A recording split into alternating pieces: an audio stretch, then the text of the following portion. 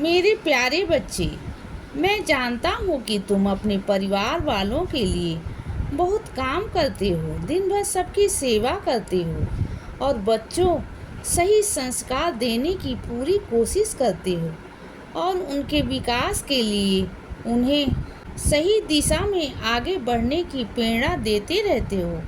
कभी कभी तुम्हें उन पर दबाव भी डालना पड़ता है बच्चे, ताकि वह जीवन में सही दिशा में आगे बढ़ पाए और अपने घर के बड़े बुजुर्गों का भी तुम ध्यान रखते हो और ये सब तुम बहुत प्यार और शिद्दत के साथ करते हो, लेकिन फिर भी तुम्हारे घर वाले तुम्हें नहीं समझते और बहुत बार तुम्हें ऐसी बातें कह जाते हैं जिससे तुम्हें बहुत दुख होता है।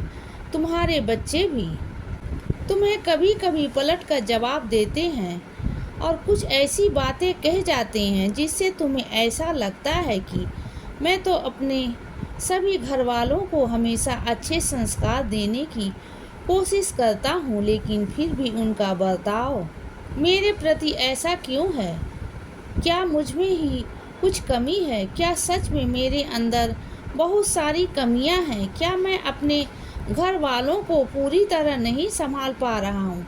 ये सारे विचार अक्सर मेरे कई बच्चों के मन में आते हैं।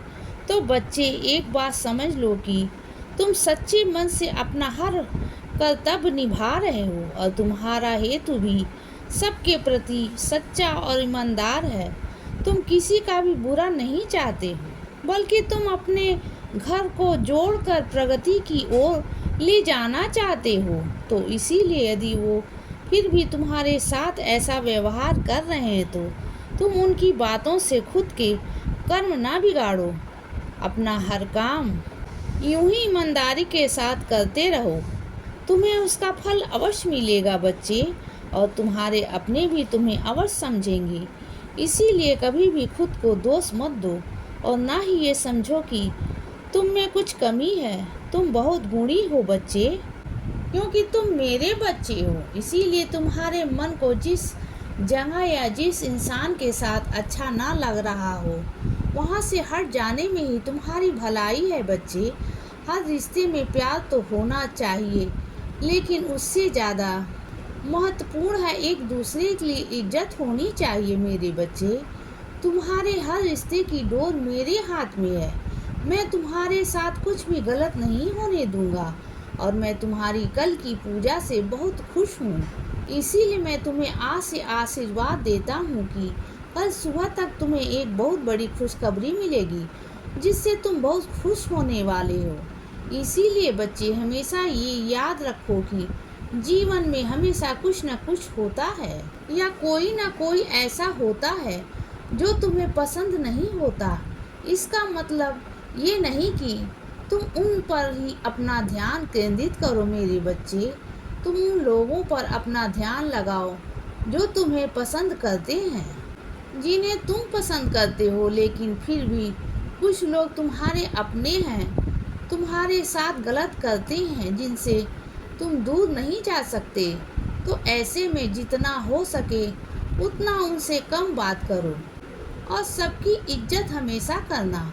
अपने बाबा की ये बातें हमेशा अपने जीवन में अपनाओ और मैंने जिन रिश्तों को तुम्हारी झोली में डाला है उन्हें संभाल के रखो बच्चे। अच्छे रिश्तों की चाहत में मेरे दिए हुए रिश्तों को मत भूलो मेरे बच्चे।